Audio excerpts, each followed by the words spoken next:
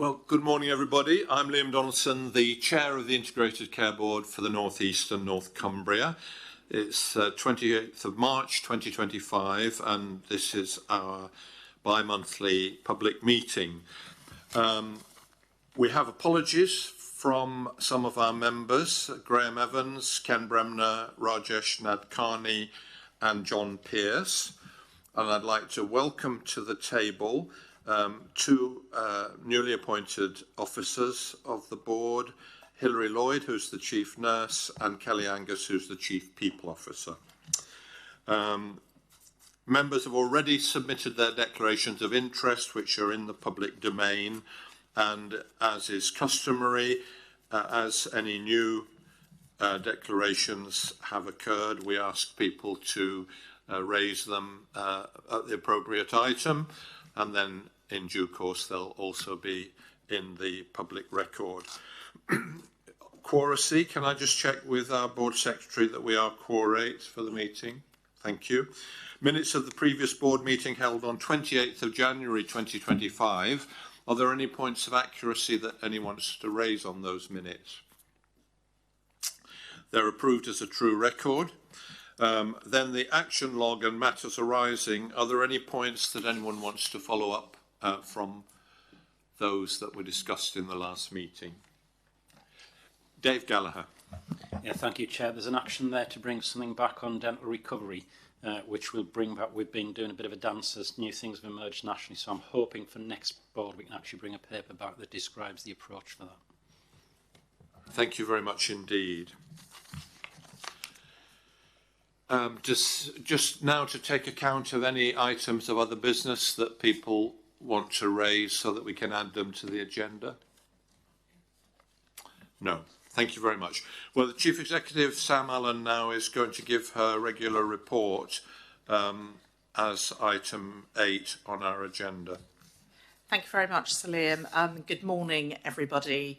So, this time of year is the time of year that we are usually still in actually the midst of our annual planning approach. Last year, you'll recall that we signed off our annual plan in May. I am pleased to report from a health service perspective, nationally there was a more ambitious timescale set. So when our financial allocation became available at the back end of the last calendar year, it was agreed that we should have our plans in place by the end of March and for the beginning of the financial year, which is as you would expect. And our finance director will touch on where we've got to in the planning process this year. Needless to say, it has been, I think, perhaps our most challenging period, perhaps certainly in the last generation and certainly in the last couple of decades of my experience in the health service. And in part, that is because of the allocation of resources that we have available and the very clear expectation that we live within our means and within the allocation. I am pleased as we conclude this financial year, and we do have a strong track record in the North East and North Cumbria of delivering our plan, that we are on track to deliver our financial plan, and that will certainly stand us in good stead as we start this incredibly financial year. And also, we've been continuing the work around how we secure our sustainable future on the longer term. So I expect that this year will be the last year for some time that, and hopefully the final year ever in my tenure in the health service, where we're setting a plan for a period of 1 year. The downside of that is it focuses you on the short term as opposed to sort of taking a longer term approach. And we know, particularly when we're looking to achieve a shift in the resources from hospital to community and more preventative services, that these approaches do take time and isn't necessarily something you can turn around in a period of a year. So the work to secure our sustainable future will continue over the months ahead, and I anticipate probably partway through the year this year, perhaps after publication of the new 10-year plan for the health service, which we anticipate in mid-June, we will very much then be into planning for the next 3 years. and indeed undertaking that planning at a time when we do have to deliver a very challenging plan this year. We are on track to submit a plan within the technical requirements, which is a financially balanced plan for the year 25-26. I do want to be really clear, though, that in order for us to do that, our providers are having to deliver efficiencies of about 7%, which is significantly higher than we would usually expect. And also to deliver a financial plan, it has required us to initiate an approach where we've undertaken a line-by-line review of all of the investments that we make across the Integrated Care Board, and to look at where we can achieve savings, because quite simply, with the pressures associated with inflation, with the increase in the price of drugs, with the pay increases that we've had, we have less money. We just have less money, and there's no easy way to say that, and that will impact across all of our providers of NHS services. It will impact across our contracts with the community and voluntary sector, and also with the independent sector too. We are also driving increases in productivity. We know that whilst there have been some improvements, we haven't fully recovered the productivity that we saw across the service pre-COVID. And we also know that our workforce has grown quite significantly over the last 5 years as well. So in terms of workforce reductions, we're planning just over a 2% reduction in workforce across the NHS. Now, we are working together with all providers of NHS services, our NHS Trust, to look at how we can mitigate the potential for real terms job losses. So we've been doing things like holding vacancies, making sure that obviously we're prioritising frontline clinical services, where we are looking at reducing the numbers of jobs across the service. But we do anticipate there will be a reduction in the workforce across all of our NHS services as well. So, Chair, I do just want to really conclude the point around how we work together right across our integrated care system to secure our financial future around it's both taking some difficult decisions in the short term, whilst also waiting with hope and optimism around the new 10-year plan, which will be available in the middle of the summer, to think about how we shift to planning on a more longer term basis. And I think hopefully that will enable us to take a few more risks around investments that achieve more of a left shift and a focus into prevention, as opposed to sort of sinking costs into secondary care services, and it will enable us to plan on a sort of our broader population basis. But this is going to be a very stretching year for us to deliver our plan that we've signed off, alongside the focus that we're going to need to be ambitious for our population to plan for the longer term. I do just want to move on and touch on a few other things that I think the board would be interested in. So you'll know that as an integrated care system, we've taken a real focus around women's health. One of the reasons why we've done that is because of the needs of our local population, and also the impact of the health inequalities in our population. And for example, we know that women fared a lot worse in our region as a result of COVID, and we've got lots of evidence that tells us that. Really delighted that over the past year we've been able to support the developments of women's health hubs in Sunderland and Gateshead, alongside other aspects of our women's health programme. And I'm pleased to share today that we have, as part of our financial plan for 25-26, been able to secure the resources available to continue with the women's health hubs in Gateshead and Sunderland. I think over this year we're also going to have to be slightly more innovative around the services that we commission for women, and we need to think about, actually, we're already spending quite a bit of money on services for our population, and ways in which we want to recommission services in order to build on the learning that we're getting from the Women's Health Hubs, which has been absolutely fantastic, and we are collecting the research and evidence that will inform what the future of Women's Health Hubs look like across our region. Chair, a couple of weeks ago I also represented the North East and North Cumbria at the Health and Social Care Select Committee, and gave evidence on a panel alongside Sir Norman Lamb and also a colleague from the Somerset Integrated Care System, talking about community mental health transformation. I was really delighted that the good practice in the North East and North Cumbria was noted at the committee, and specifically the community mental health transformation that Tears Esconweir Valley have led alongside all of their community and voluntary sector partners in the likes of Hartlepool and Redcar and Cleveland, Durham, and also Middlesbrough. And I also had the opportunity to visit one of our community mental health hubs in Hartlepool recently, which I have to say was absolutely fantastic.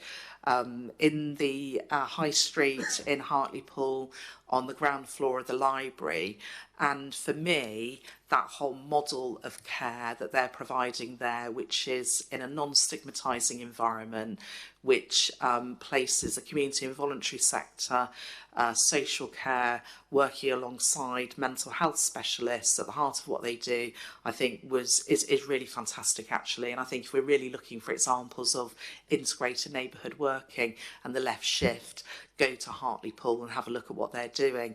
The transformation that they've achieved there, we've seen them go from waiting lists for their community mental health service that were quite long, many months, and also with a huge amount of demand on the specialist mental health service, they've reduced the numbers of referrals that require specialist mental health support by nearly 40%.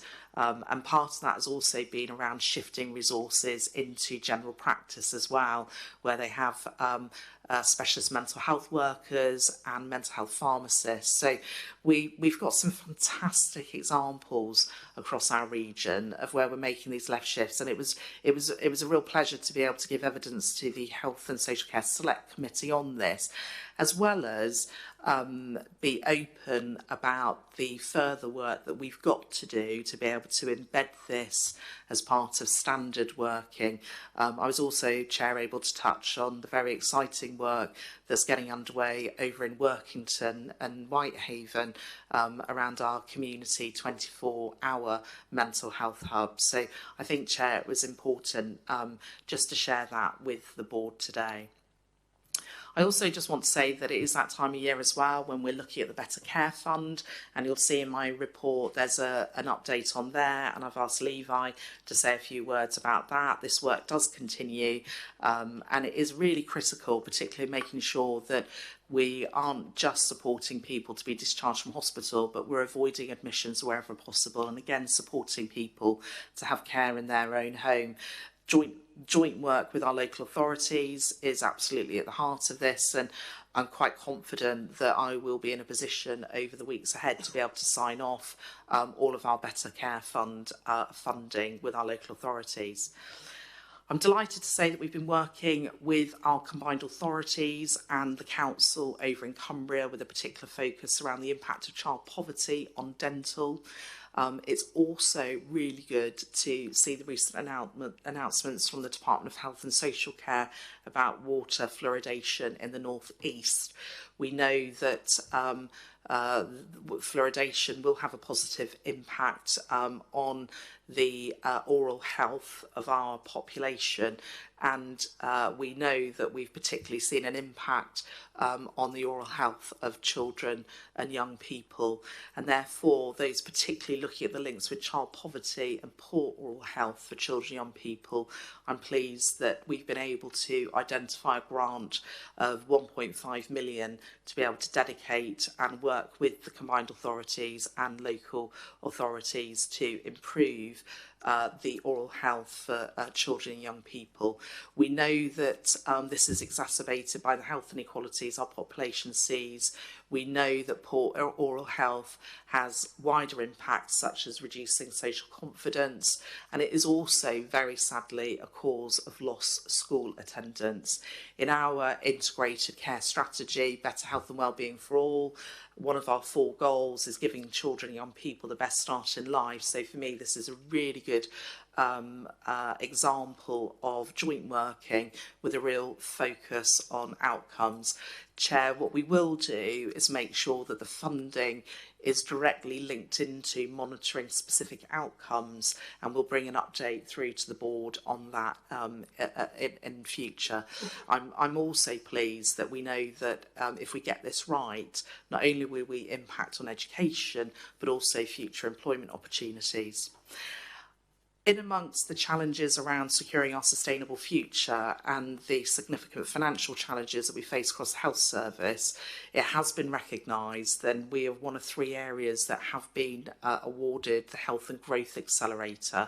And I'm really pleased that between the last board meeting and today, we have now had the funding confirmed and secured for that. So over the course of this year, we'll have just under £20 million absolutely focused on doing what we can to ensure that we support people who are at risk of losing their jobs due to their health and well-being to maintain their jobs. And this will build on lots of work, as I've updated the board on previously. Chair, I do just want to conclude with perhaps what's been one of the more significant announcements in relation to the health service over the last couple of weeks, and that is the government's decision to abolish NHS England, and also the expectation that the 42 integrated care boards across England reduce their running costs by 50%. Now, the board will recall that in the previous, over this financial year, we've already delivered a 30% running cost reduction. We've taken £19 million out of running the ICB. The expectation at the moment is a further 50% reduction on running costs. From the board's perspective, just to give you an idea of the impact of that, with the final transfer of staff from the North East Commissioning Support Unit into the ICB at the beginning of April, we'll have a head count in the ICB of just under 1,000 people. Running costs, predominantly, we spend the largest amount of money running the ICB on our workforce. Obviously, there are other ancillary costs such as estates and IT. So we can and we should expect over the next 6 months the requirement to reduce our workforce significantly. Now, we are in discussions about the potential for various redundancy schemes to support this, and I hope to be in a position over the next 2 to 4 weeks to confirm to the board the approach that we're going to take in order to deliver this. And at this current point in time, we're expected to remove the costs by Q3 of this financial year. We've got quite a lot of work to do to work out how we do that.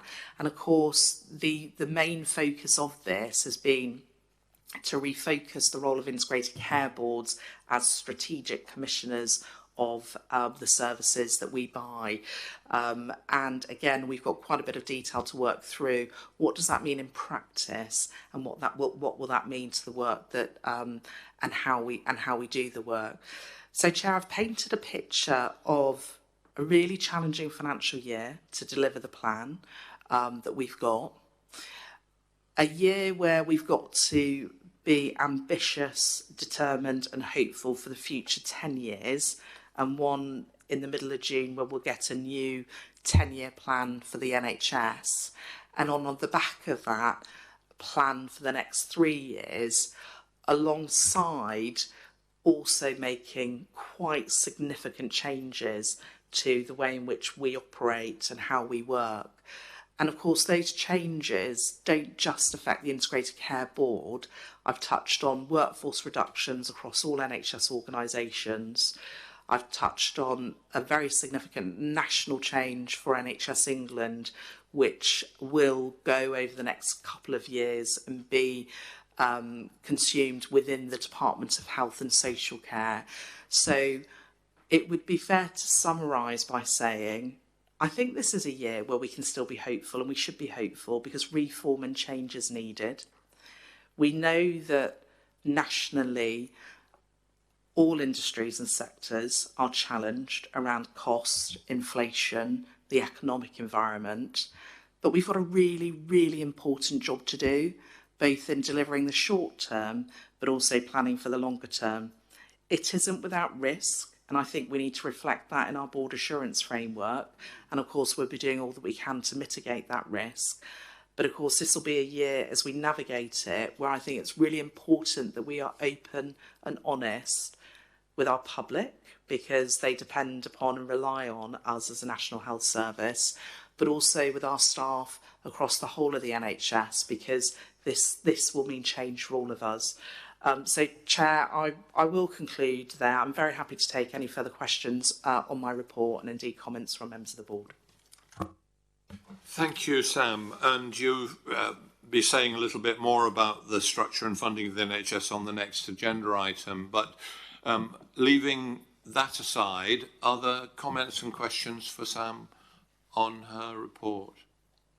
John Rush, Thanks, Non-Executive Director. And I know how difficult this has been in terms of the last few weeks, for you personally, for obviously members of the executive as well, and our staff.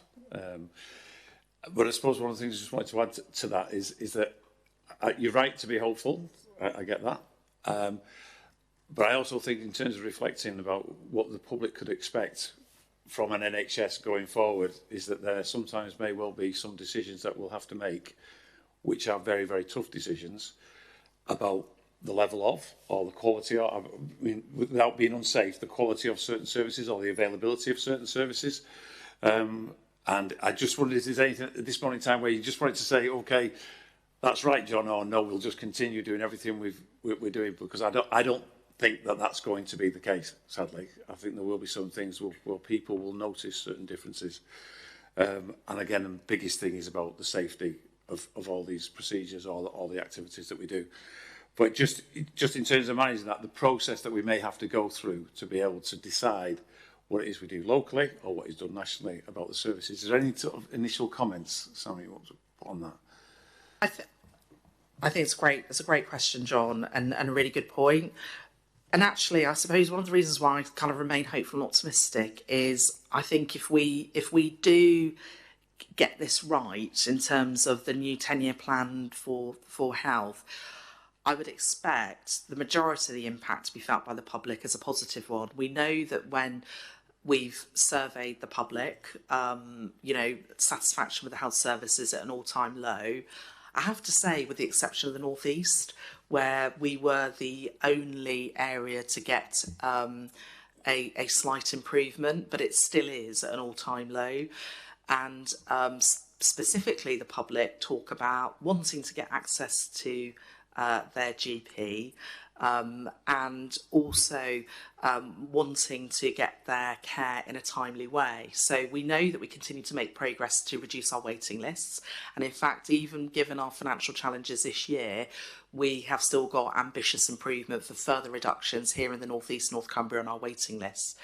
We also know that we're still seeing about over 1 million contacts a month in general practice, but with the increased use of things like digital portals, although they won't be right for everybody, we should be able to improve experience and continuity.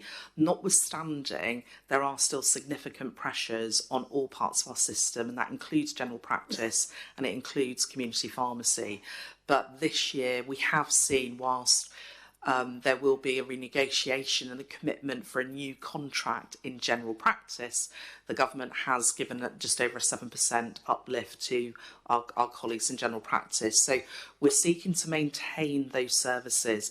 I think where we will see changes, and we're working through changes at the moment, is in more services that come under the discretionary banner. So things that historically we funded in the NHS, that for whatever reason, perhaps now we wouldn't consider core business. So that, and I think it would be remiss of me at this moment in time to be able to sort of talk about those, but what we will do is bring back through our next public board meeting where we're taking those decisions. And I know that as a board, we've set up some additional scrutiny on how we take these decisions and actually how we quality impact assess them, John. I think where there are specific impacts to providers and also services, we'll also make sure that we're communicating that openly. But in terms of people's general experience of the service, in spite of these changes, I think we're also still expecting that we'll see improvements. Christopher Eckers-Belcher, the Health Watch. Thank you, Chair. It was really just a comment, and I was really delighted to see in the report, Sam, the item on the Select Committee and the visit of the Hartlepool Hub. And I think when we had the visit last meeting from TSS in Weir Valley, they recognised that Health Watch had actually undertaken the engagement for community transformation. So for it to be heralded as an excellent service, I think it just demonstrates that when we did the engagement, we articulated the aspirations, the ambitions of the public. And TSS and Weir Valley, to be fair to them, they picked up the mantle and they ran with that, and they actually redesigned the whole community mental health services. And I think for me, working in Health Watch, it just demonstrates the power of patient voice in shaping services. So thank you for that. Yeah, I would completely agree, and I've actually invited the whole of the Health and Social Care Select Committee to come and visit Hartlepool to see the service for themselves. They're planning a visit to Trieste, which has a model of care which is far more community orientated rather than hospital based. So I've invited them to Hartlepool as well. And when I was in Hartlepool, I also visited one of the community and voluntary sector organisations, and I think it is really inspiring actually. And as I explained to the Select Committee, TSS and Weir Valley hasn't been a trust that has always been on the map for the right reasons in terms of quality. And I think the work that they have done there and continue to do there, they're doing with real humility. They really are truly changing and transforming the experience in the community mental health services, and it was great, Christopher, to see the role that Health Watch has played in that. Thank you. Levi Buckley. Thank you. I'll just pick up a couple of points from Sam's report. I won't go through the detail of the Better Care Fund, but as the report highlights, it is a different framework for 25-26. It will be revisited for future years, probably aligned with the 10-year plan. But I think, picking up John's point, it is going to be a challenging year, but this is a really good example where ICB staff, local authorities, foundation trusts, VCSE partners continue to drive some innovation and change. So the Better Care Fund schemes for this year have had a much greater focus to emphasise the left shift, i.e. moving more care out of hospital, and with a real focus on prevention and proactive care, which is in line with our strategy again. Just to give the board assurance, those schemes, Better Fund schemes, are all meant to be approved formally by local authority chief execs and by the ICB chief exec at the end of March. I have about half of them in, so we're just doing the quality checks with partners. They've been through health and wellbeing boards for approval. And what we'll be identifying from those are some of the innovations that we think we can continue to scale up. I'll just touch briefly on the GP contract. This will come back to a future board with more information, but just to know, we're in the final stages nationally around the GP contract for 25, 26 and beyond. It has had BMA support, which is very encouraging after a challenging year around GP collective action. So we'll just be working through details regionally and locally over the next few weeks. But it's some significant changes which general practice seems to have received well, in terms of reducing a number of quality indicators to redistribute the funding in different areas. There'll be some challenges for the year ahead around further increases in digital tools, and some positive messages around alignment with pharmacy. So we'll bring a future update there. The second point on that is, many of members of the board will be aware, we run in parallel something called local enhanced services, and these are things that we commission locally with general practice to supplement the core contract. And again, we just continue with all of our teams to work through those, and hope we'll be in a position of finalising them in the next few days. So there's a lot of work continues at pace. It's aligned with both national and our regional strategy, and while we navigate the changes, our teams are really focused on continuing this work. Thank you. Lisa Taylor. Thank you. There's a clear acknowledgement across the voluntary sector for the very difficult position that a lot of our ICB colleagues find themselves in, and you know, an offer of support from the sector. We deliver prevention, which is the only really way to reduce reliance on the healthcare system. So to cut funding from the voluntary sector would be have a negative outcome for our patients and our people who live in our integrated care system. But it's reassuring to hear the examples from everybody about real partnership working with the voluntary sector. And it proves that investing in real partnership work and in VCSE delivery to support shared and health and wellbeing outcomes is a clear way to both improve the health of communities and a better bottom line as well for our integrated care system. And I would just ask, when the difficult decisions are being made, that this is kept in mind. Thank you. Thank you. Eileen Kaner. Thanks, Sam. And I think it's really important that you've touched upon, you know, the national announcements around really quite significant changes to the NHS, including the abolition of NHS England and it being absorbed. People will be hearing that on the news and wondering what it means for them. I'm reflecting on our integrated care system and its board. We're one of 42. The variation in the size and the scale of ICSs, covering populations from 350,000 up to over 3 million. We're one of the bigger ones. With different profiles of inequalities in the population, we have a very high proportion of our population living in material deprivation.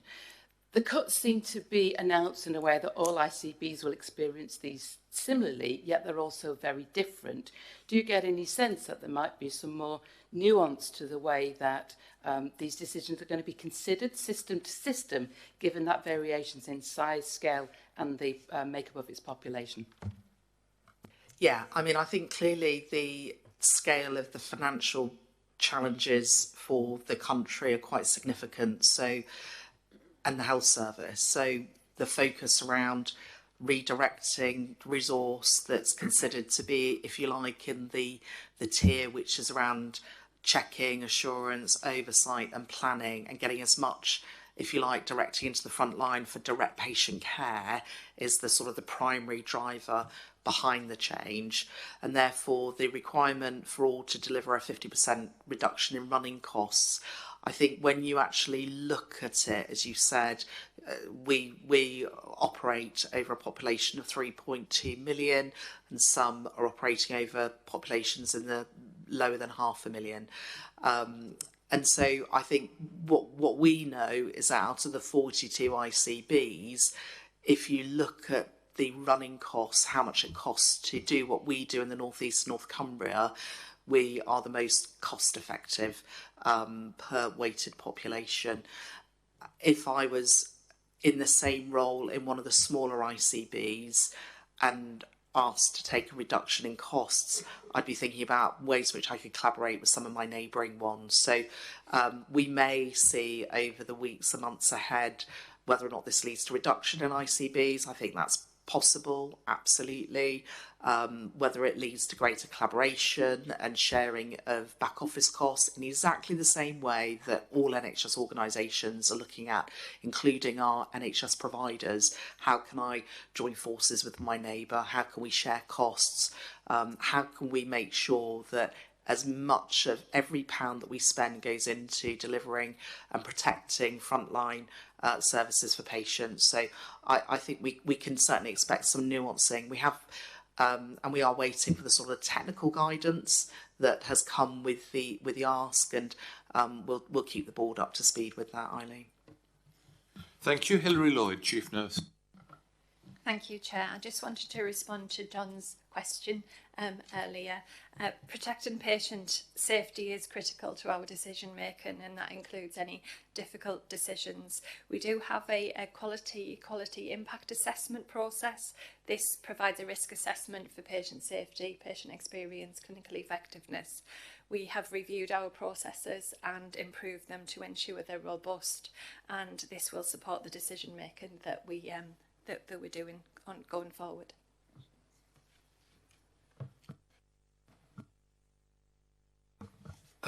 We'll pass on from your report, Sam. Thank you very much. The next agenda item we've started to talk about a little bit, but I wonder if you could maybe give us a fuller assessment of the impact and implications of the government's announcement about the changes to the structure and functioning of the NHS. Yes, absolutely, Chair. So we know, and it's been quite widely reported, that certainly the National Health Service, in terms of the funding from the taxpayer, we are pretty much at the limit in terms of what we can expect, I think, as National Health Service in terms of the gross domestic product, the GDP. And yet we know, when we look at the cost of delivering services, as recently as sort of 6 weeks ago, when we did the first cut of our plans, we were looking at quite a significant gap over the next year of several £billion, which quite simply was going to be unaffordable, and we can't go back to the taxpayer and ask for any further funding. And therefore a reset around the financial regime in the NHS, which is moving out of a position of deficit plans, which ultimately is spending more than we've got, and expecting other parts of the public purse to pick that up, was just not going to be sustainable. So I think a very clear message from this government, which is we're putting more money into the health service, and there has been an extra £2 billion coming into the service, but the expectation is you absolutely need to live within your means. The other expectation, which we know, and we've got a lot of hope and optimism about, is there will be a new 10-year plan for the health service. So we've been contributing into that, as you know, and that will come in June. And I think we need to be quite hopeful and ambitious for that, because again, in terms of the cost of the service, if we have a model of healthcare in our country, which is people become ill, they get sicker, they require hospital-based care, which is the most expensive part of delivering care. We know that we're getting innovation in drugs as well. The cost of drugs is going up. If we have a service which is weighted to an ageing population that is not motivated or incentivised around addressing healthcare and preventing it, and indeed all of our resources in the service are going on building hospitals, building more hospitals, that just is unsustainable and unaffordable. It's not a position any country can be in. And so the new 10-year plan will focus around the three big shifts: hospital to community, sickness to prevention, and also analogue to digital, which is, again, really important. Why is it that in every other part of our lives, if you're ordering something on Amazon, you can literally, the minute it arrives at your door, and yet if you've got multiple health conditions, if you're dealing with more than one provider, we're still sending letters, we're not using the best technology, and we're not doing it in the most efficient or productive way possible. So I think we've got this picture, and we've been talking about it for a long time. It's how we've orientated our integrated strategy, which is around wanting to make a move to prevention, and yet we continue to get sucked into a cycle of more into secondary care, more into hospitals, and we aren't just making the shift that we need to make. But we've reached a tipping point, I think, which is quite simply, we just can't afford the way the service is operating at this particular point in time. I think the other thing is, if you look globally and you look at the health and care workforce, there is a global shortage of health and care staff. And so over the last several, probably decade, and this is well evidenced in both the review that Lord Darcy undertook, which is the impact of austerity, and also the review that Penny Dash did recently, looking at safety and regulation and the Care Quality Commission, that we have a service where we've also become a bit imbalanced with the number of people, if you like, checking, assuring, marking homework. So the changes that have been announced over the last couple of weeks, I see almost as a prelude to the 10-year plan that we can expect in June, which is driven by the need to reorientate around the left shifts, hospital to community, sickness to prevention, analogue to digital, but also simply on what's affordable and what is sustainable. We've seen the Secretary of State for Health and Social Care, well, in fact, the Prime Minister announced that NHS England will be abolished. We know NHS England has a workforce of about 15,000 and we can expect that to be reduced significantly and also integrated with the Department of Health and Social Care, and this is to reduce duplication. As I've touched on already, Chair, we have been asked as Integrated Care Board to make a reduction in our workforce. And also all of our NHS providers have been asked to make reductions in their corporate office, back office functions as well. And again, this real focus around reorientating, around doing all we can to not just protect the service and to prepare ourselves really around making these three big shifts, but also making sure that we're putting the focus into the delivery of frontline services. Notwithstanding that, I think what we are talking about is some quite significant structural change to the service, and some of it may well indeed require legislation in order to support this. But as I said, Chair, I think this is very much around building the foundations and gearing up for what we can, I'm sure we can anticipate and expect to be a very ambitious new 10-year plan for health in the country that we can expect to be published in the summer of this year. We will be working with our own staff, trade unions, to do all we can to minimise the impact of what will be some quite significant job reductions. We are, I know as a board, mindful that on the one hand, 10 minutes ago when I've talked about Health and Growth Accelerator, which is about supporting people to maintain employment, we're looking at some quite significant job losses here, and therefore working in partnership, both as the NHS, but also with our combined authorities, local governments, community voluntary sector, to make sure and ensure that anybody who does require employment, we can support them wherever we can. But I think we do need to be realistic that these are real terms reductions to our workforce, and there's an impact there. But we'll obviously be mindful to make sure that we can do all we can to support people, whether it's retraining or securing employment elsewhere. We know in the North East the economy does benefit fairly significantly from public sector employment, and we also know that our own workforce will be representative of the populations we served, where there are some fairly systemic health inequalities as well. So interestingly, colleagues have asked me how it has felt to communicate this news, and whilst I am hopeful and optimistic, and I would be the first to acknowledge reform and change is needed, of course the impact on the people our own workforce, our own people, is significant. So it does feel tough, and it will be tough over the months ahead. But I'm grateful to the support of all of our partners locally, where we'll be pulling together to minimise the impact on our workforce during this, whilst maintaining our absolute focus on what we're here to do, which is to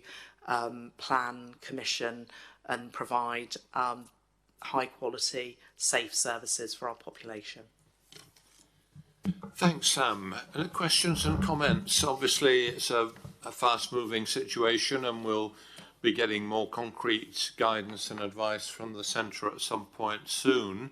But for now, let's see what points people would like to raise. Syra Malik. Thank you, Sam, for that update. I think I was just reflecting on what you said before about the women's health hubs, for which I'm eternally grateful, as you know, that we are continuing that very vital piece of work for women in our region. I think I was just reflecting on what you were saying about the job cuts and the impact it will have, because obviously our workers also live in our patient population as well, and the impact it will have. And I think just kind of reflecting on the North Mayor's reports, in that obviously women are more affected when job cuts happen in areas. We have more poverty affecting women, 1 in 3 in our region, and also we have one of the highest economic inactivity rates of age 16 to 64 at 26.8% in our region. And obviously the changes that we make will be impacting that social inactivity, which I hope it doesn't, because I can see all the work that you're doing. But I was just wondering what we could do further to support the women in our region, knowing what we know already from the research. Yes, thank you, Syra, and thank you for your commitment and support as well. I didn't mention actually in my report, but I did have the opportunity last week. I was invited by Minister Merrin to present to all of the women's health health champions across the English Integrated Care System network on the work that we've been doing here in the North East North Cumbria. And I think that, and one of the things I spoke about on that was actually how we all need to shift our mindset. I think that, and it's interesting, I think, when you look at global developments and you look at innovation that's been achieved in some countries where actually they achieve amazing things with not a lot. And I think sometimes we've also got into the habit of we can only make something happen or do something new when we get extra money to do it. Now, of course, that is the case in some instances, but I think women's health is a good example where it's 51% of our population. We spend the best part of £7 billion buying health services for our local population. And I think what we need to do over the next few months is take the evidence from the hubs that we've set up and think about actually how do we need to recommission services within the investment we're already making to better meet the needs of our population. And therefore, when I sort of talk about some of these changes, whether they're structural, whether or not they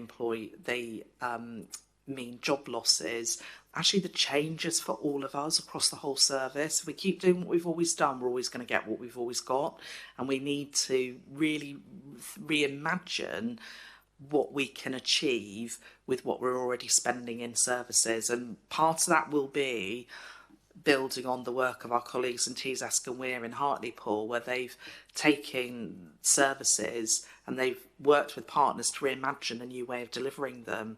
Well, we can't just keep writing checks and putting more money in. We have to use what we've got better. And I think women's health will be a really good example of this, because I'm not anticipating a lot of additional resource coming, actually. So we're going to have to make some changes to how we specify services and what we expect from people in the future. Lisa Taylor. Thank you. The voluntary sector is a key contributor economically in our region, and we're able to pull in funding for services and projects. And we've got the VCSE Partnership Programme, which can convene the sector thematically and geographically as well. Would there be a will to work with the sector as a partner to look at funding for shared outcomes as a support for this difficult time that we're coming into? I mean, I think we're open to look at all potential opportunities, whether first and foremost, how we can bring new resources into the region. We've just had a really good example of that, actually, where we've worked with life sciences through the Health Innovation Network, Boehringer Ingelheimer. I think I've pronounced that properly, BI for short.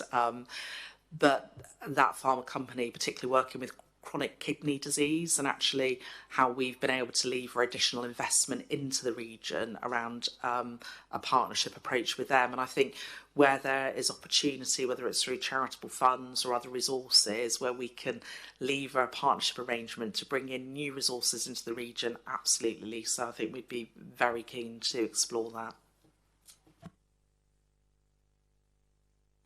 If there are no more comments, thank you very much for that discussion, and we look forward to returning to that subject. It'll be an everyday activity for the executive team for the next few months at least.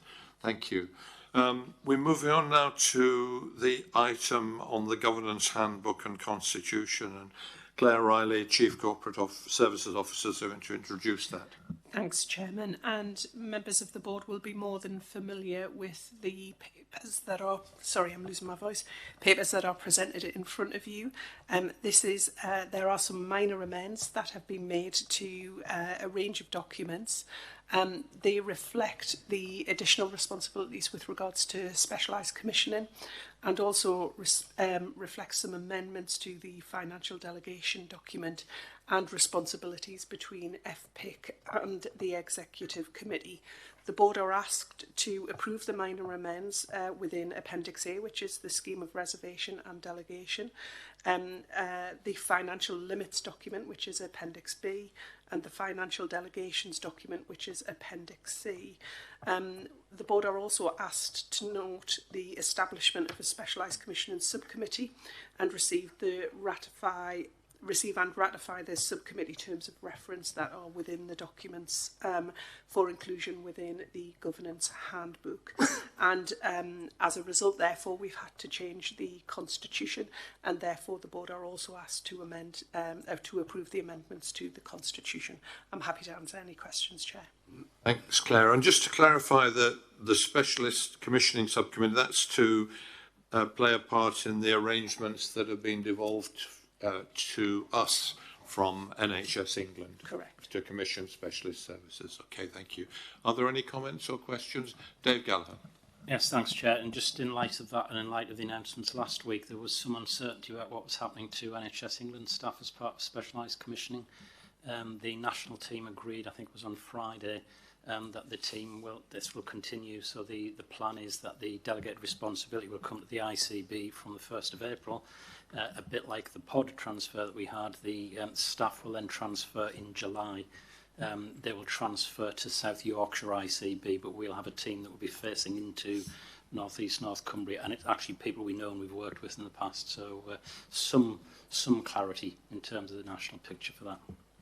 Thank you, John Rush.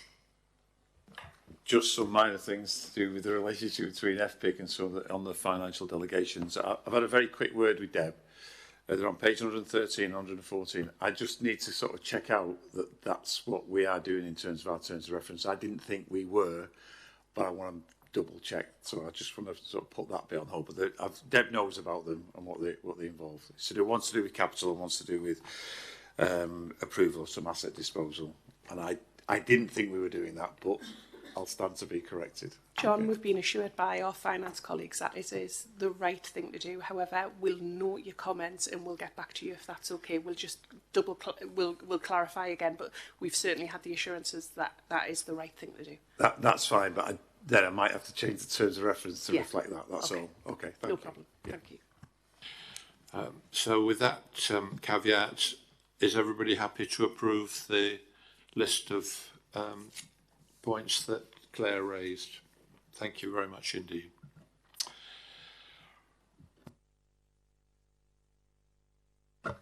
Moving in, next item is the highlight report and confirmed minutes of the committees of the board. Now, so this is where we get feedback from the board's committees, and we're going to start with the executive committee. Yes, thank you, Chair. So the report includes the minutes from the committee meetings on the 14th of January and the 11th of February, and also a summary of all of the decisions that we've taken as well. Just a couple of areas really just to draw the board's attention to. So as a committee, we received a report that included an update on the provider oversight meetings that we've held with all of the NHS Foundation Trusts in the system since April 2024. And I think we've also got our memorandum of understanding with the Foundation Trust Provider Collaborative under review, and particularly in light of the announcement recently that the expectation that ICBs don't undertake oversight of providers. Now, our interpretation of that is regulatory oversight. As the Strategic Commissioner, of course, we need to have oversight of our providers, particularly around delivery of their plans and also the contractual outcomes that we secure through them for our patients as well. And we also received a report in February on the demand for weight management drugs, and we took a decision to ensure that we had full coverage across the Integrated Care Board of Tier 3 weight management services. Now, we didn't actually have full coverage. It was a legacy commissioning issue from our clinical commissioning groups. However, we now have addressed that in the final place in Gateshead. And where we didn't have that, we were experiencing some quite significant pressure to support right to choose referrals to a independent sector digital provider of a very high cost service. And obviously we need to make sure that we get best value for the provision that which we commission, and we do want that provision to be as local as possible. So we've gone ahead and made sure that we've got the coverage of a Tier 3 weight management service. I'm very happy to take any other questions on the minutes or the summary of decisions, Chair. Okay, so are there any questions or comments on the two items that Sam has highlighted or elsewhere in the report and the minutes of the meeting? Thank you. We'll move on to the Quality and Safety Committee. So Pally Hungin is the chair. Thank you very much, Sir Liam. You'll find in your paperwork the reports of the meetings held in January and March, and this summary is from the March meeting. A few points to highlight. First, I'm delighted to report that the PSERF methodology, which is the Patient Safety Incident Reporting Framework, something that the system undertook to put into place last year, is now well established throughout our region, and this is good news. This is a way of looking into difficulties that have arisen and problems that have arisen, an effective way of dealing with safety and quality. Other points to raise, our healthcare associated infection rates remain higher than we would want them to be. Now, this is a national situation, but we're not particularly proud of our own track record in this particular category. Our team is assiduously working on the root causes of this problem, and I'm pleased to report that I'm assured as chair that everything that we can do to bring this into better control is indeed being done. But I needed you to be aware that this remains a live issue for us. You'll not be surprised that in line with the national situation, our urgent and emergency care pressures continue to prevail, and that this remains an active issue. And again, much hard work is being done to deal with patients in a timely way and to provide the quality of care that they require. But this is clearly a quality and safety issue that we need to be aware of as the year goes through. As far as complaints are concerned, I'm pleased to report that there is an effective action plan, effective in the sense that looking at it indicates that we will soon be able to catch up with the backlog that exists. But there are relatively long times at the moment in terms of responding to the various complaints that we receive. This in part has been due to personnel and other structural difficulties. And again, whilst we're planning to overcome these, I think this remains an active issue. And in light of what our Chief Executive has indicated for the future, this is an area which the Quality and Safety Committee will want to be aware of. Just to give you a flavour of what's happening, of the 95 cases reported to the ICB in terms of complaints, the three main categories were access to dental services, continuing healthcare difficulties, and also commissioning issues related to ADHD diagnoses, shared care arrangements, and weight management issues, which you mentioned earlier. And linked with that, we received a very informative case history report of a family, a situation where somebody had autism, and the report highlighted the difficulties in terms of getting an accurate assessment and a management plan. And unfortunately, in line with the rest of the National Health Service, we do have long waiting lists for people in this group. One of the discussion points that came up was that earlier assessment might in fact lead to a much lower level of formal diagnoses, and that management might be funneled in a more effective manner. So this is something that we will take up in the future with our partners. And that's all I need to report. Thank you. Thank you. Are there any comments or questions? I just want to flag up a point about the complaints system, which is maybe for Deb and Claire maybe to comment on as well, that but the ICB is a relatively new organisation still, and complaints went somewhere else and on a completely different pathway before we existed. But I'm conscious, having looked at some of the complaints myself as the letters have come in copied to me, there are some quite complex complaints involving some of our foundation trusts, and it seems to me they're taking quite a while to get resolved.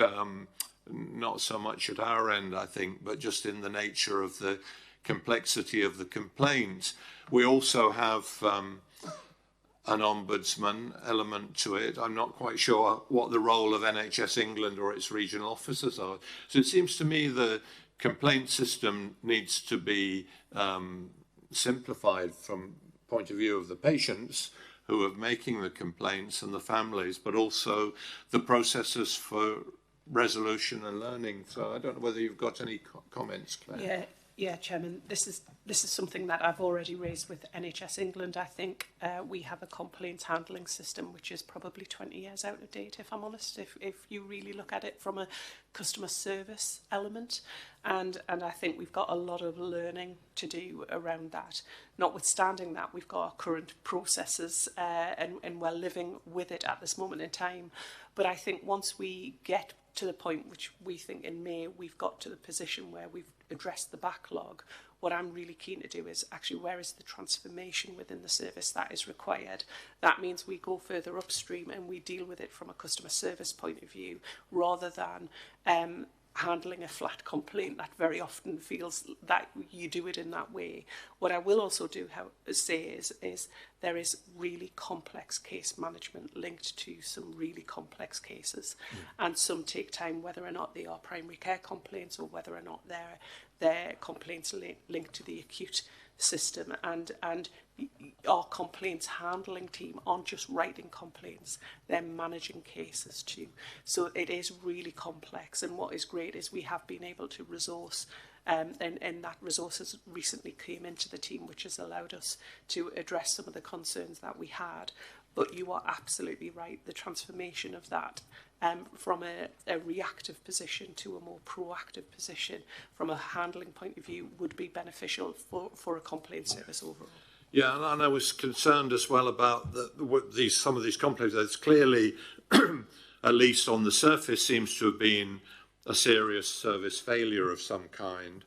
And often when you delve into it, it's possibly a systemic failure that could affect other patients. And that's where I suppose the safety work comes in. And I know that's something that Pali's committee have been looking at. But I think probably to looking at the whole thing in the round, a system for better handling and response to the complaints, but also the learning side of it as well. Pali, I don't know whether you want to add anything to that discussion? Just a slight feeling of uncertainty that as we evolve with the new changes and shifts within the NHS and the delivery of care, the complaints procedure itself and how these are handled, there has to be a question mark as to who and where these will take place.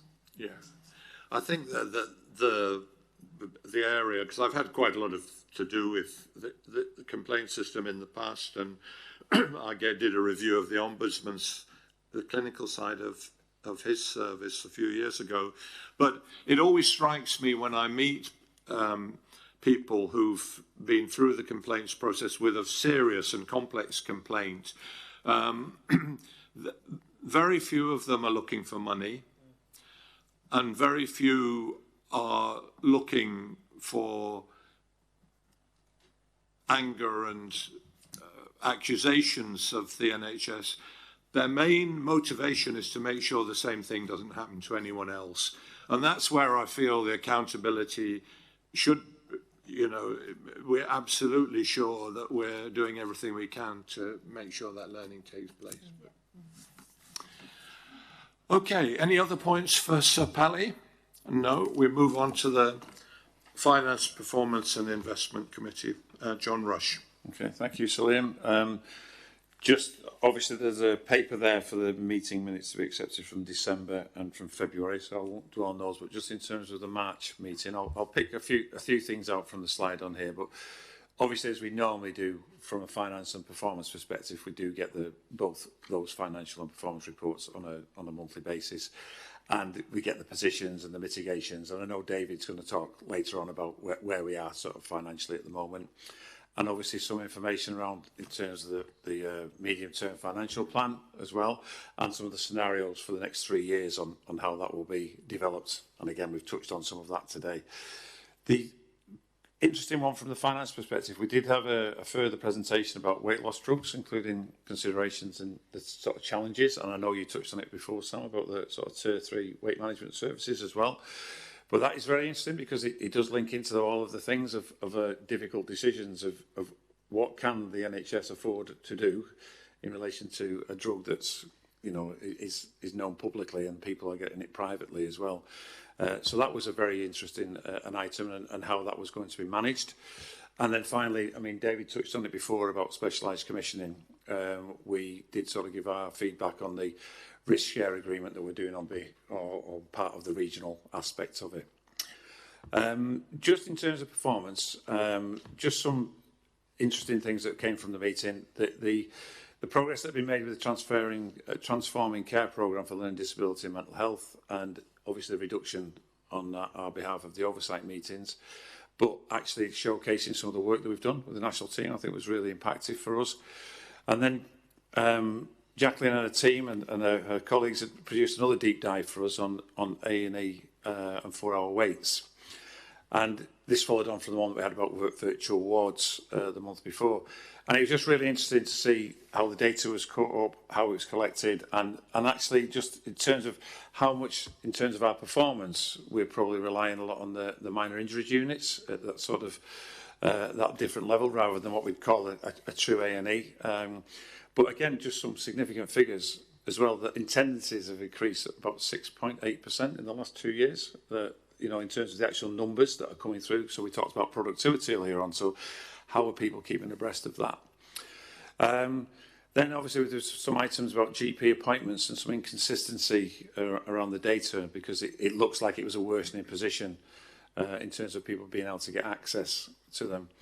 But there has been some further work done by the team, just looking at where things may have been missed in terms of online triaging and consultation, and the data was maybe not as bad as it would originally appear to be, and that we obviously were getting informed that there was some further information being requested for the primary care strategy and delivery subgroup, and that would be included in future reports. Again, Sam and David have touched on the operational planning for 25-26. We just get that as a standard report coming to us. And then finally, we have a responsibility on behalf of the ICB of making recommendations to the board about the infrastructure strategy, that group that's chaired by James Duncan from CNCW. And we did get a verbal update that obviously the strategy had been agreed by NHS England, and that there was further information going to go to the Provider Leadership Board on the 7th of March to keep the providers updated, and just to try and clarify the position of the programme management process and support. I don't know the outcome of that. I'd be very interested to know, and I'd be very interested in how that may or may not be affected in terms of some of the things that we've just spoke about throughout the meeting, about the kind of reductions that we're going to have to make as an ICB and what support we can offer projects and programmes. So they were the main points, really, Salim, from the meeting I want to bring to people's attention. Thank you. Are there any comments or questions? Just I have a couple, John, and maybe this is one or both might be for Jacqueline to pick up. But I noticed that the mention of COVID and that you're having a deep dive on the virtual wards idea that was developed during the COVID pandemic. I just wondered if I've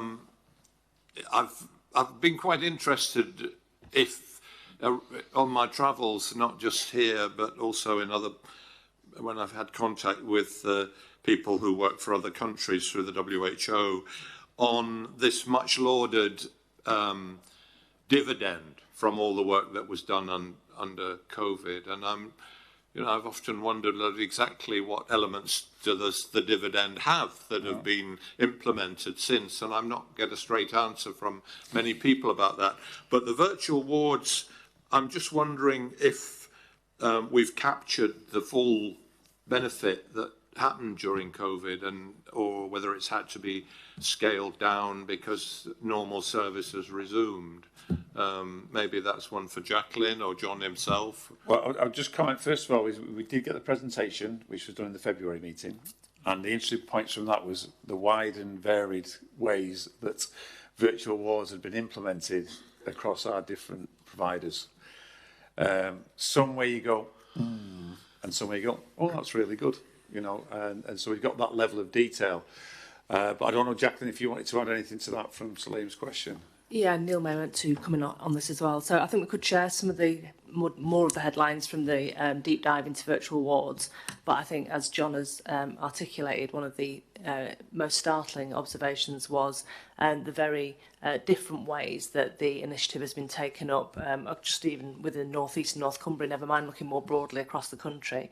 I think in terms of the point you're asking, which is can we understand whether there were many impacts of COVID, weren't there? But if we think particularly about the opportunity to use virtual ways of interacting with patients, either through technology or through things like virtual wards and online appointments, we could perhaps have a look at that as a lens.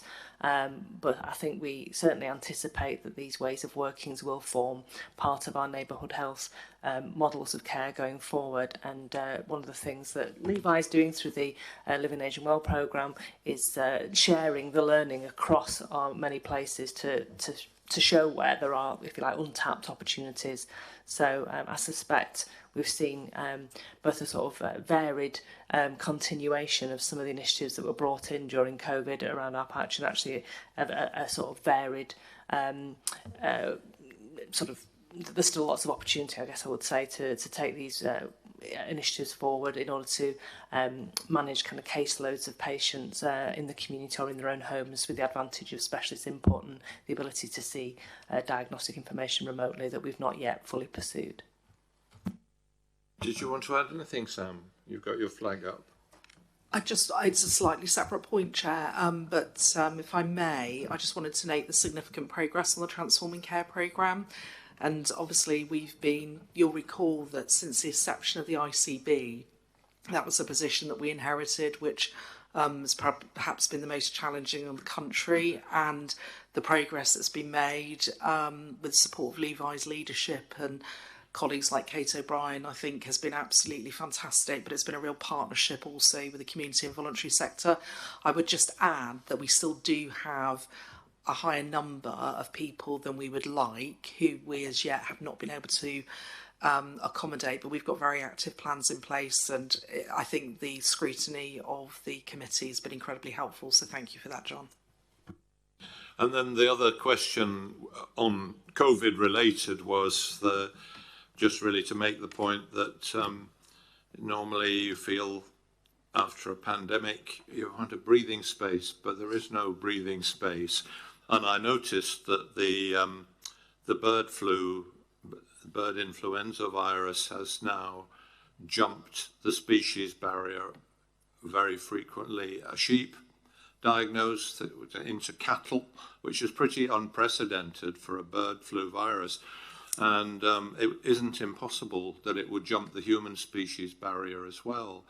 And given it would be an influenza virus that hadn't mixed together in the traditional way, which would also cause a pandemic, as our last H1N1, but if it came through having had a series of mutations that allowed it to jump the species barrier, then the case fatality rate would be a good deal higher than either seasonal flu or, if you like, conventional pandemic. So I just wondered, are we under a national controlling mechanism for this, or have we done any resilience planning of our own specifically on pandemics? So we do have a system-wide pandemic plan, and we're engaged in a national process to renew that. Indeed, it might be worth mentioning at this stage that there's a large-scale national exercise planned over the late summer and autumn that's going to run several months, testing the resilience of our pandemic plans that we're engaging in both the planning and delivery of too. So lots of work in that area. The COVID inquiry, as you know, is still ongoing, and we're expecting further recommendations to come out of that, Chair. But we do maintain our plans. There's always more, I'm sure, that we could do to enhance our resilience, but focus remains on pandemic planning and resilience to respond.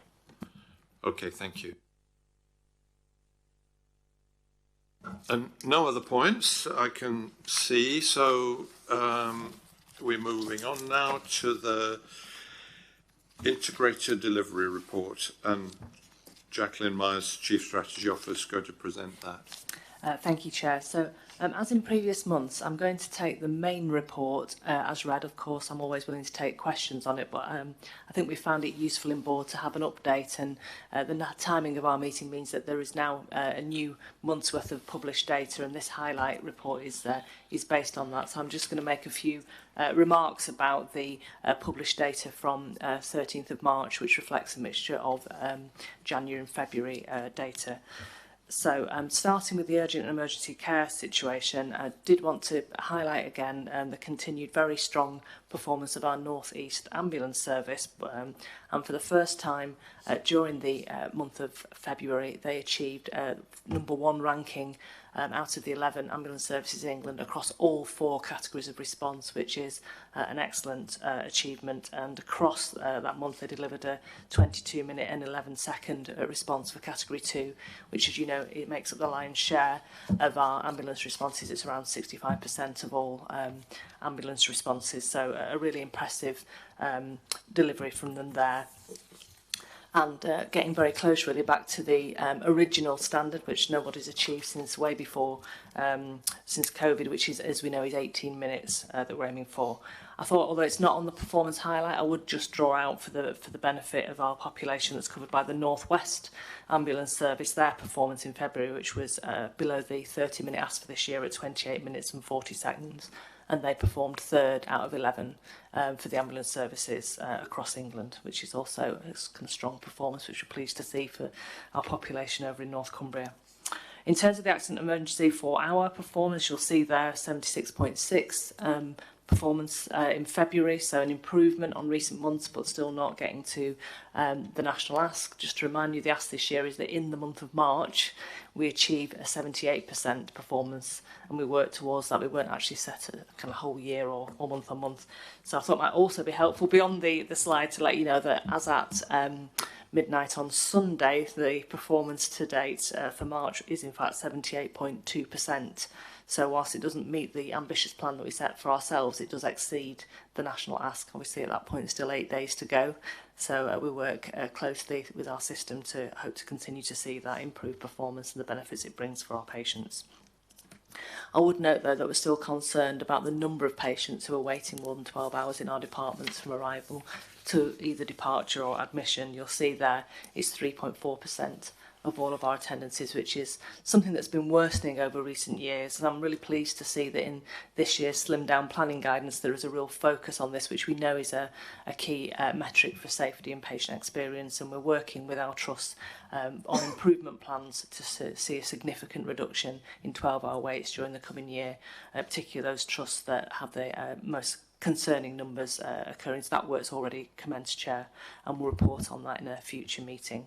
And then lastly, just to say that the percentage of our patients within our inpatient beds who do not meet the criteria to reside, which is the jargon for saying that they are no longer requiring hospital care and could go home if there was a suitable package of care to support them, at 10.4, is actually a worsening position in February compared to January, which is interesting given that all of the other metrics improved, and just worth noting that there's still significant pressure there. Moving on to the cancer position, just very briefly want to touch on that because it's meeting both our plan and the national asks, and to say it's particularly pleasing to see that 71.4% against the 62-day target, because students of the sort of seasonal variation around cancer performance over the last 10 years now perhaps will know that usually January is quite a challenging month because quite significant numbers of patients choose to defer their treatment over the Christmas period and have it in January. So to exceed our plan in January is a good achievement that I'm pleased to see. Moving on to elective care, again, that's a pleasing position there in terms of we're still seeing a month-on-month reduction in all categories. The total waiting list, the numbers over a year and the numbers over 65, so we're pleased to see that. But of course, must remind ourselves that we should have completely eliminated 65 weeks waits by now, and we still haven't quite got there. There are some, clear reasons for that. We don't feel it's a kind of lack of attention to it. It relates to a small number of specific pathways, complex spinal operations which are challenged across the nation, and corneal transplants, which again are dependent on the availability of tissue. Worth at the bottom of the slide just noting that we're back in first position out of 42 ICBs against the what we call the incomplete target, which is the percentage of our waiting list that's sitting below 18 weeks at the month end, and that, as we know, is the area that is going to be the focus for delivery in the coming year.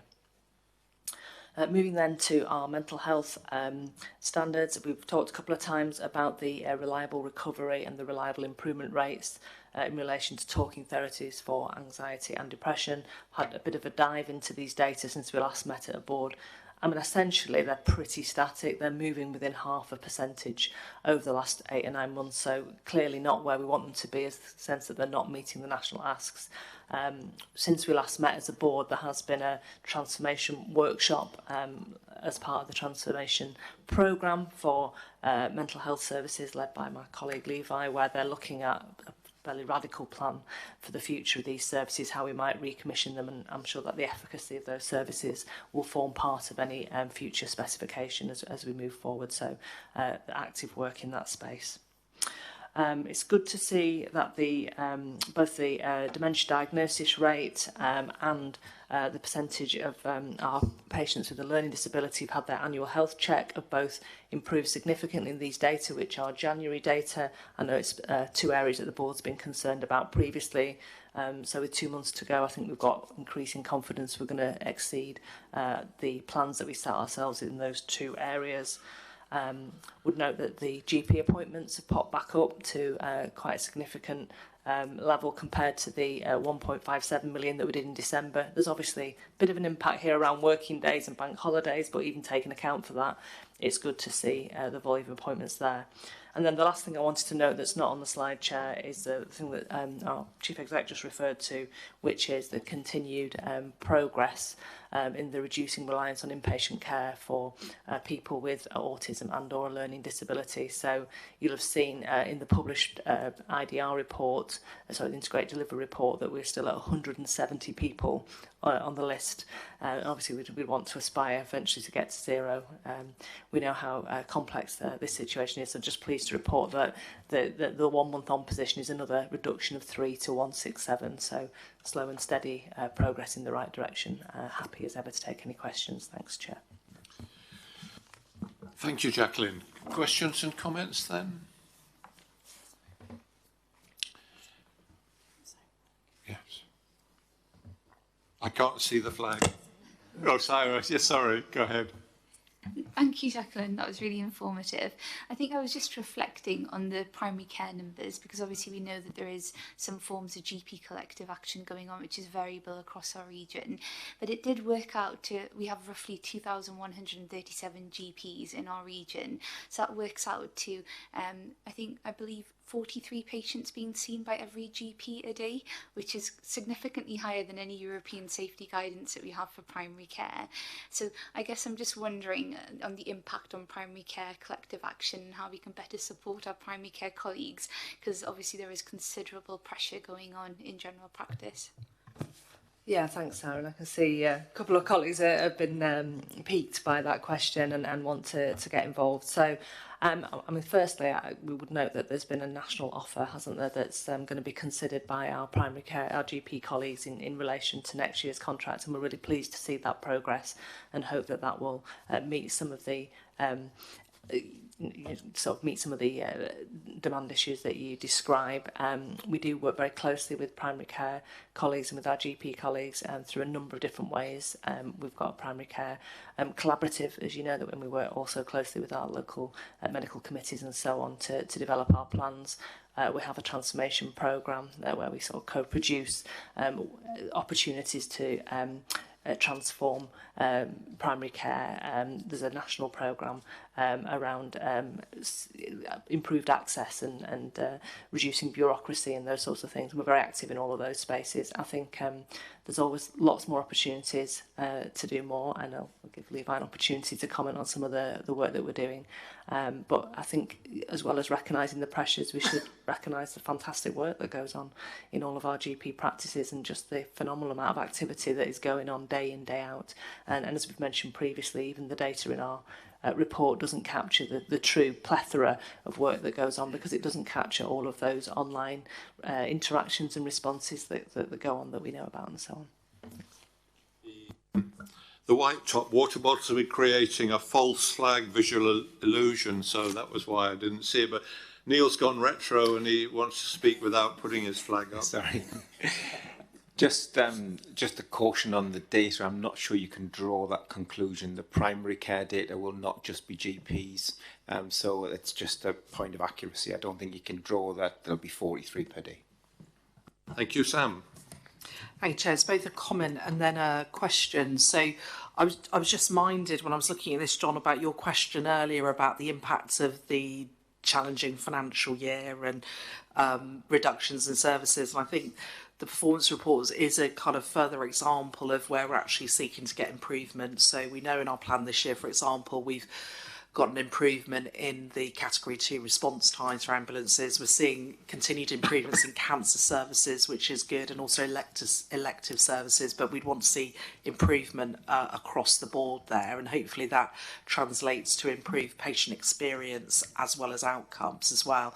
The question I just had, Jacqueline, was just around variation. So we know that we're starting to see a focus which is more around league tables, and we think about these performance highlights as sort of our aggregate picture across the North East and North Cumbria. It was just to kind of get your view on the sort of variation that we've got across the region that we are responsible for, and where you see perhaps the report adapting around the use of league tables, and how at the moment we're picking up the unwarranted variation. Thanks, Sam.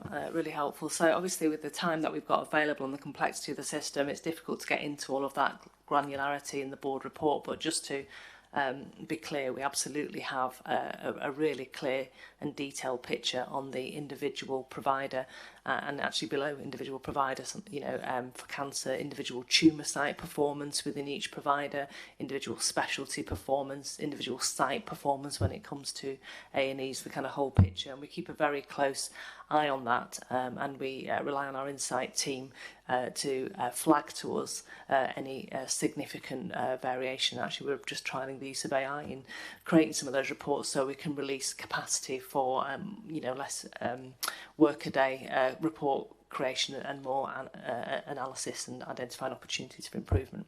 In terms of your particular point about league tables, you'll know, Sam, but for the benefit of the board, we've done a bit of proactive work within my team to look at what a league table would look like for our provider trusts against all of the main metrics, so that we're kind of ahead of the game, and we know what that looks like, and we've benchmarked them against each other, but also against the national picture. But we did feel that it was a bit reductive just to look at relative performance, because as we all know, there are often quite significant issues of context why certain providers are better placed to deliver against certain standards. That might be in relation to their workforce, to the population they serve, and so on. So we've actually created sort of three ways of looking at performance. We're looking at just basic actual delivery against the standards and where they rank, but we're also looking at the rate of improvement or deterioration. I think that's a really useful way to look at our providers. Are they getting better or worse than they were this time last year, so that we can really see are some of our best performers resting on their laurels, are some of our most challenged performers managing to address things and get better. And then thirdly, we're looking at the efficacy of their planning. So we're looking at, are they delivering the plan they set themselves? Have they taken the actions that they intended to take in year?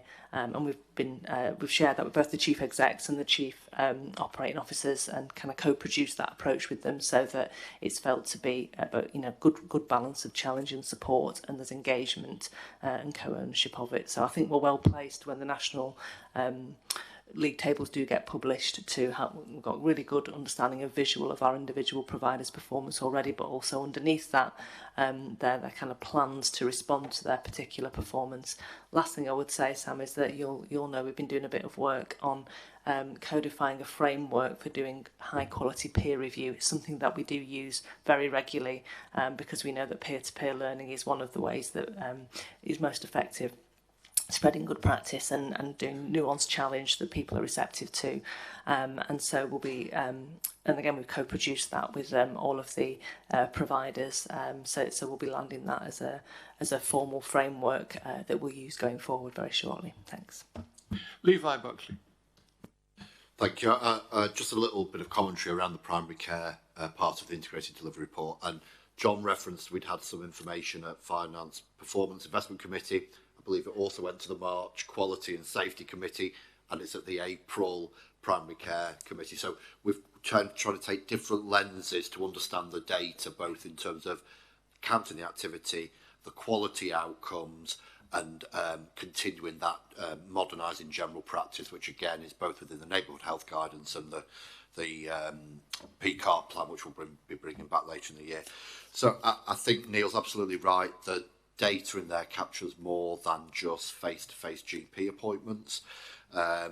We know through collective action some practices have capped at 25 contacts per day. Not everybody has. It will be interesting with the new contract in place what that will do to those patterns in the future. But we have, as I say, had deep dives in it from a number of lenses on this, because on the surface the report might look that we should be concerned. What we do see is we are quite different from other parts of the country, both in terms of the split between virtual and face-to-face, and we've continued to see rapid increases in GP activity post-pandemic. So, for example, just looking at, and we use different time frames sometimes when the data comes out, in October 24, we did almost over 2 million appointments that month, which is 14% increase on the year before. So I think, Sarah, what we need to do is maybe a bit like when we were looking at some of the cancer metrics that Jacqueline was talking about, maybe give a little bit of nuance beneath the high level one. We can just look at that by profession, by locality, maybe give a bit more richness for a future report. Thank you. Sir Pally. Just in the wider context, and Jackie, thank you very much for beginning your report with an indication that the national survey indicated that we were possibly slightly better than some other people.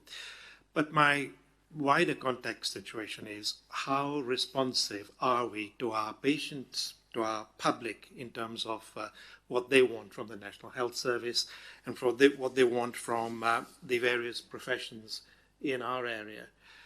Is there room for us to provide information from surveys about how people feel about their care in certain trusts, or even in specific certain general practices, or from various other sectors? If we're going to be responsive to what the public and our patients require, that's going to be as important as, in fact, numbers for league tables. And incidentally, of course, numbers in league tables don't translate into quality, as you've probably worked out already. Thanks, Pally. Claire may want to come in on this as well. I mean, I would sort of preface by saying, interestingly, when you kind of do a sort of meta-analysis of patient surveys, then consistently access and waiting times comes out as the top concern, and no doubt that's one of the drivers of why there's such a focus on waiting times in the national operating plan guidance. So there is a kind of read across in that sense, but I recognise that there are much broader array of concerns. To speak to your particular point, I mean, there's always opportunity for us to look at a wider array of data sources when we think about how we shape services, and we certainly have a good track record in terms of pulling in information around patient views of services when we're designing specifications and thinking about the services that we commission to arrange for our population. I'm sure Claire can say a bit more about that. It is interesting that this year, in the planning guidance for the first time, a survey features as one of the measures of success, the primary care survey, as you mentioned, and I'm sure on the back of that we'll be having a real good look at what we understand about that survey at a granular level, and then how we kind of gross that up to a summary report to the board. So I'll certainly commit to come back to a future board with a bit more of an analysis of where we stand and what the key themes are, and perhaps, as Levi has said, a bit more richness of the variation across the patch in relation to that survey. We obviously have other patient surveys available. There's one of the provider trusts, and there are sort of thematic surveys like the National Cancer Survey that happens every year, and we do, through our thematic programmes, review those sorts of things as well, and pull out information that contributes to our priority work streams. Thanks. David Stout? Just a very quick comeback, Chair. I feel that if we're going to concentrate on quality for our public, we need to know where people can get safer and more quality in terms of, say, hip replacements or knee replacements or heart surgery, and equally which practices are doing better in terms of their outcomes compared with other practices. That's quite a deep dive situation, but it's where we need to be headed. And I believe in many other parts of the world, for example, some parts of the United States, they're able to do that for even individual practitioners. David Stout. Thank you very much, Chairman. Can I just congratulate Jacqueline and her team for the very, very good reports that we get here aboard. Not only the detail, which is really helpful, but also the very simple and focused performance highlights. The other thing I'd actually say is the concept of the deep dives, which is pretty new. It's been really, really good. We've got into the GP deep dive, which we saw here. We've seen an A&E at the Finance and Performance Committee. We've seen the A&E deep dive, and we see the virtual boards deep dives. And lots of things come out of those deep dives. You think differently when you actually see them. So I just want to congratulate. People don't often get congratulations. I just wanted to actually say that. And it's also very good to see that we've actually improved on actual quality. There's some good news on that latest slide there. And just wanted to record that, really. Thank you. Claire, you want to come back on the information available to the public? Yeah, thanks, Chair. There's a range of different points to make, Pally, based on your intervention there. And first and foremost, I would say, is the importance of triangulation of information. So whilst Jacqueline talks about some of the things the public are really interested in, what we can easily lose is they're also interested in the quality of food. They're also interested in their experience of parking on site. So there are things that come through some of the patient experience questionnaires that you wouldn't necessarily expect to be as dominant, but actually they certainly from a patient point of view, they see that as part of their experience and their quality of care. The reality is there is a lot of variation across each of the organisations as to how much of that information is recorded. We have some in our region that are exemplars, actually, and really can demonstrate how patient experience has influenced the quality of care being delivered. There are others that really tend to focus on the friends and family test, and we know that that generally is quite a flawed methodology as well. So there's a lot of work to do in this area, it's fair to say, and there's a broader piece of work to do around sentiment analysis, looking at actually the broader perception of the public that we have in our region and how we use that to improve the information going to the public and that behavioural change aspect. But that's certainly something that we are really ambitious to deliver. Obviously there's going to be a lot to do, but that's certainly where we need to head to. The metric that I always liked in the States, is a limited number of surveys do it, but it basically, if you have a defined condition, the information you're given is where would a doctor go to be treated for that condition.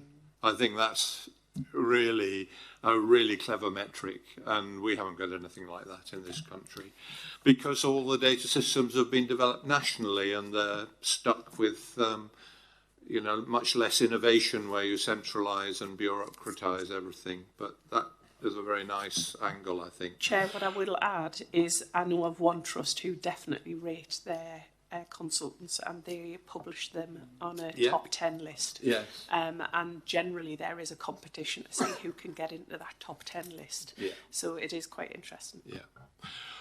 Okay, Tom, we are now running 20 minutes late, so be brief, please. I'll be really quick. It was just in relation, given that we discussed the Better Care Fund at various points today, whether we wanted to have a consolidated picture of the BCF metrics within the performance report moving forward.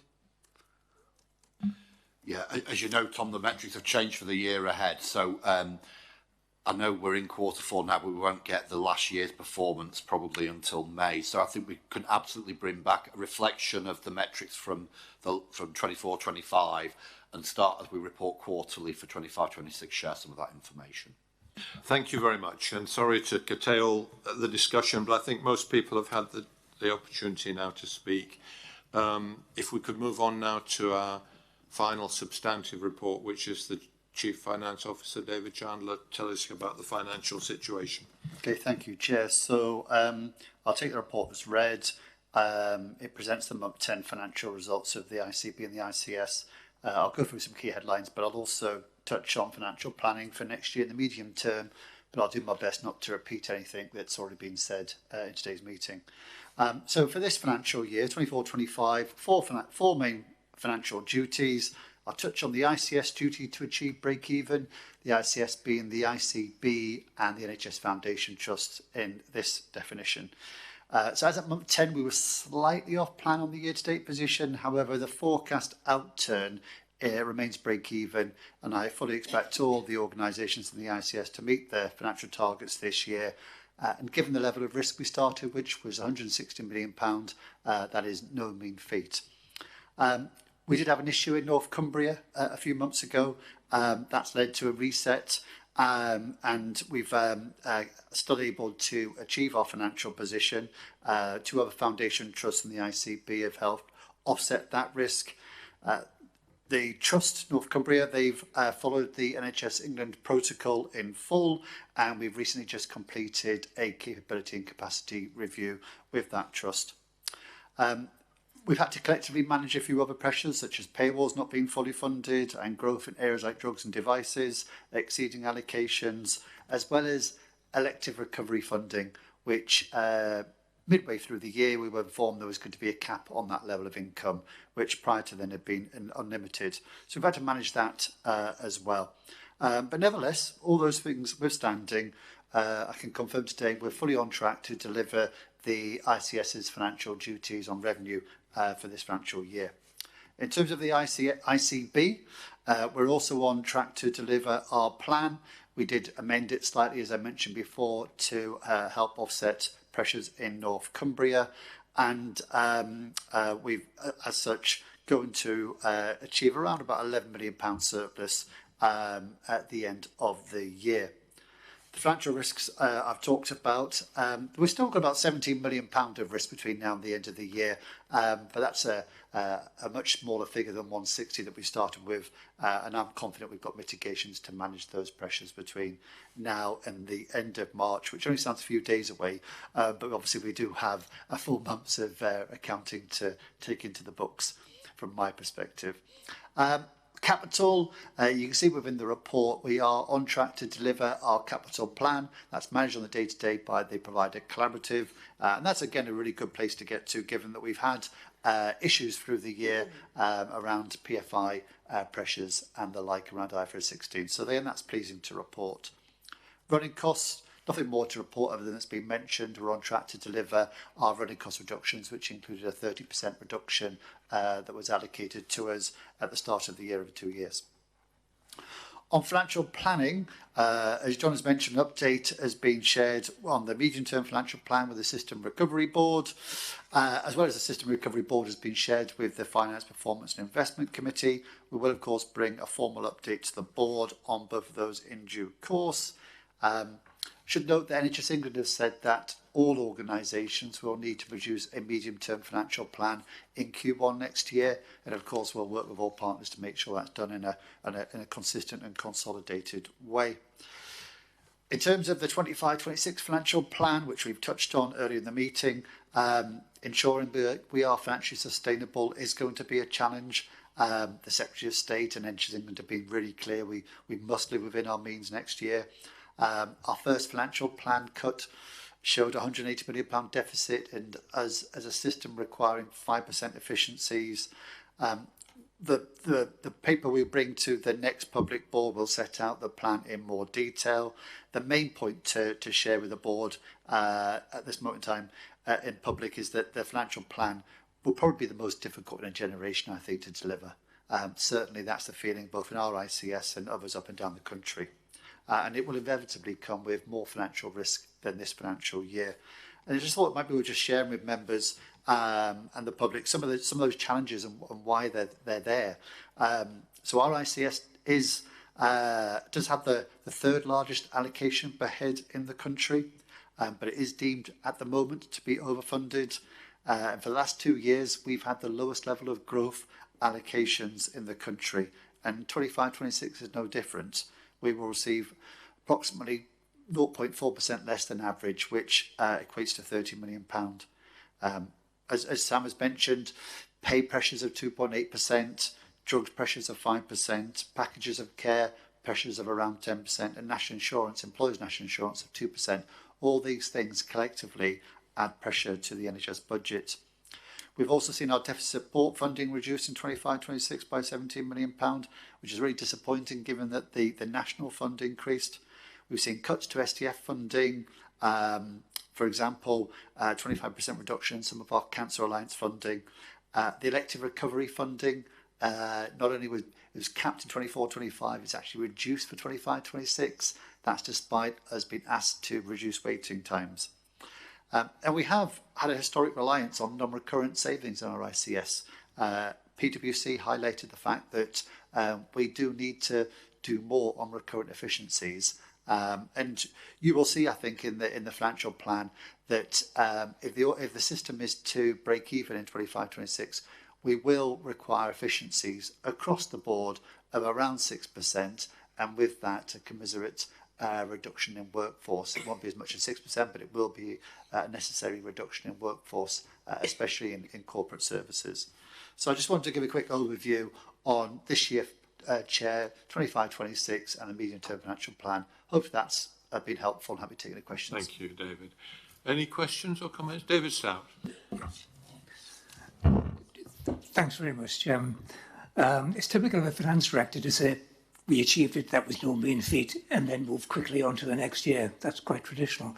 But actually, it was no mean feat.